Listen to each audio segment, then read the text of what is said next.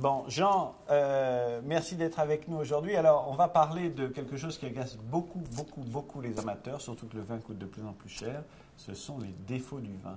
Alors, comment on en arrive à synthétiser ces défauts? D'abord, quels sont-ils, ces défauts? Oh, le plus grave, celui qui fait peur à tout le monde, c'est le goût de bouchon. On va commencer par ça. Parce qu'il n'y a rien de plus terrible que quand on invite des amis à la maison et puis qu'on ouvre que cette bouteille, on l'a gardée depuis longtemps et, pour ne pas dire autre chose, elle est bouchonnée.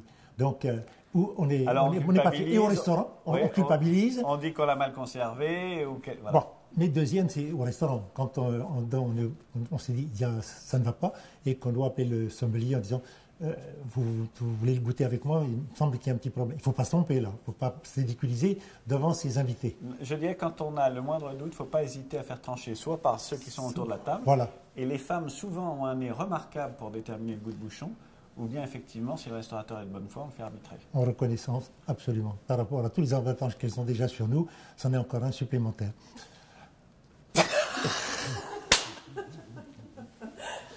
Ça allait bien jusqu'à maintenant. On peut faire clap, deuxième clap. Deuxième clap, maintenant les deux autres. On va faire le coffret des défauts des femmes. Voilà. Jean, le goût de bouchon, vous avez réussi à le matérialiser facilement ou pas? Alors, j'ai eu la chance, au moment où j'ai créé le nez du vin, août 1981, j'avais mis l'arôme du goût de bouchon dans mon livre et je ne l'avais pas encore trouvé. Et à ce moment-là, un chercheur suisse avait découvert que cela provenait d'une molécule qui s'appelait le 2,4,6-trichloroanisole, le TCA, maintenant que tout le monde reconnaît et que tout le monde redoute, surtout les fabricants de bouchons, et qui en ont une peur terrible. Donc ça peut provenir aussi du lavage, ça venait souvent du lavage des bouteilles ou des bouchons? Non, des bouchons avec du chlore. Donc, des produits un peu légèrement chlorés qui faisaient des traitements des charpentes dans les caves aussi. Et alors ça, c'était plus terrible. C'est arrivé dans certaines caves où il a fallu complètement décontaminer, changer le bois, parce que c'est rentré dans certaines maisons. C'était une véritable catastrophe. Donc, Jean, là on a parlé du plus connu, oui. le goût de bouchon, mais les principaux défauts du vin sont lesquels et surtout de quoi proviennent-ils? Alors, il y a deux grandes familles.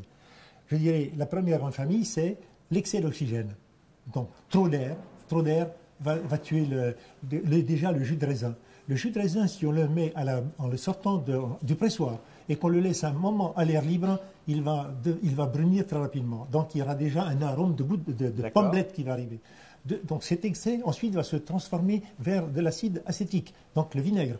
Pourquoi? Parce que dans tous les vins, il y a un petit peu d'acide acétique. Et celui-ci, au contact de l'air, se développe à vitesse grand V. Donc, quand un vin devient vinaigre, c'est... Qui a eu un excès d'oxygène. C'est pour ça que quand on laisse une bouteille ouverte quelques jours sans bouchon, on retrouve du vinaigre. Voilà. Et aussi, donc, qu'est-ce qu'on fait pour la vendange? On le traite avec du soufre, avec de l'anhydride sulfureux. Ça, c'est la deuxième partie. Ouais. Mais pour rester dans cette famille de cet excès d'oxygène qui joue des tours donc, aux molécules qui se trouvent à l'intérieur du vin, il y a en plus de l'acide acétique qui peut se combiner encore avec une autre molécule et qui va donner un arôme qui va être proche du goût de la colle scotch.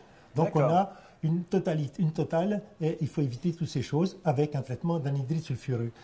La deuxième grande famille de ce qui provoque les défauts du vin, c'est aussi l'inverse. Donc c'est un manque d'oxygène, un manque d'aération, un fût qui n'a pas été transvasé, passer d'un fût à l'autre pour l'oxygéner. Et alors à ce moment-là, il va prendre un goût de réduit. Donc, et au pire, si on va à l'excès, on va avoir un arôme d'œuf pourri, que je signale ici. Tous ces arômes-là, ces molécules, qui sont terribles, elles sont à petite dose, mais elles sont dans ces 12 flacons, et je vous assure qu'il a... Celui-là est très ludique, ce coffret est très ludique parce qu'on retrouve bien tous les défauts. Oui. Quand tout autour de la table, tout d'un coup... Ça se met à exploser. Ça se met à exploser, et là, voilà. On retrouve ça. Autant que quand on découvre un très grand vin, on se dit, mince, ben, j'ai échappé à tout ça, finalement. C'est quoi les principales mauvaises odeurs, les mauvais goûts qu'on retrouve dans le vin? Donc les principaux arômes qu'on retrouve dans le coffret? Ici, je dirais donc la pommelette, Donc ensuite, vous avez tu as le goût de la piqûre acétique. Ensuite, dans les réductions, c'est le goût de l'œuf pourri, donc le mercaptan. C'est tous ces dérivés de mercaptan. Ça se traduit avec... oui, il est détonnant lui-même.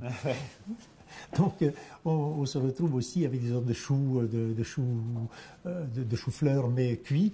C'est une chute. Bon, rassure-moi, Jean.